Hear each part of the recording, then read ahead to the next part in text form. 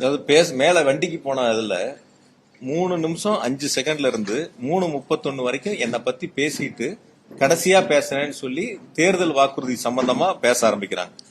5:35க்கு கரூர் விமான நிலையத்தை பத்தி திரும்ப பேசுறாங்க. பேச ஆரம்பிச்ச பேச்சுல இருந்து 6 மணிக்கு மயங்கி விழுந்தவங்களுடைய பகுதியில இருந்து முதல் செருப்பு அந்த செருப்பை வீசுறாங்க. இது பேச ஆரம்பிச்சு 6வது நிமிஷத்துல அந்த சம்பவம் நடக்குது.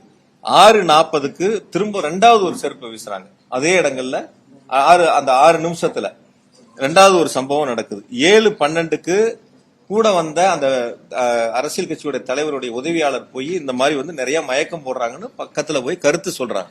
நீங்க எல்லாரும் அதை லைவ்ல பாத்தீங்க. அந்த கருத்துக்களை சொல்றாங்க. அதுக்கப்புறம் அவங்க ஆம்புலன்ஸை கூப்பிடுறாங்க. ஆம்புலன்ஸ் வருது, ஆம்புலன்ஸ்ல ஏத்துறாங்க, கூட்டிட்டு போறாங்க. எல்லா வேலைகளும் நடக்குது. சில பாதுகாவலர் போய் நிறைய பேர் மயக்கம் அடைறதையும் போய் அவங்க கிட்ட காதுக்கு சொல்றாங்க. அதெல்லாம் 14வது நிமிஷம்.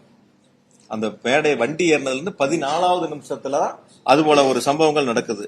திரும்பவும் என்ன பத்தி பேசுறது மொத்தம் 19 நிமிஷத்துல 16வது நிமிஷம் தான் என்ன பத்தின பேச்சு திரும்ப வருது.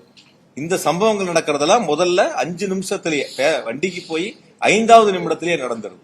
இப்ப எந்த நேரங்கள்ல எது நடந்துச்சு என்னங்கிறதே தெரியாம ஒரு சமூக வலைதளத்துல ஒரு ஒரு சம்பவம் நடக்குது. அந்த சம்பவத்துக்கு யார் மீதாவது செய்யக்கூடிய தவறுகளை ஒத்துக்கொள்ளாமல் அல்லது செய்யக்கூடிய தவறுகளை சரி செய்ய வேண்டும் என்று முயற்சி எடுக்காமல் இந்த தவறுகளுக்கு அரசின் மீது, தமிழ்நாடு அரசின் மீது இந்த தவறுகளை திருப்பி விட வேண்டும் என்ற நோக்கத்தில் இது போன்று சமூக வலைதளங்களில் ஒரு சாரார் பரப்பி வருகிறார்கள்.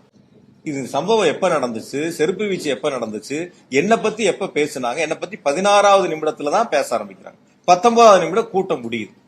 19வது நிமிடத்துல கூட்டம் முடியுது.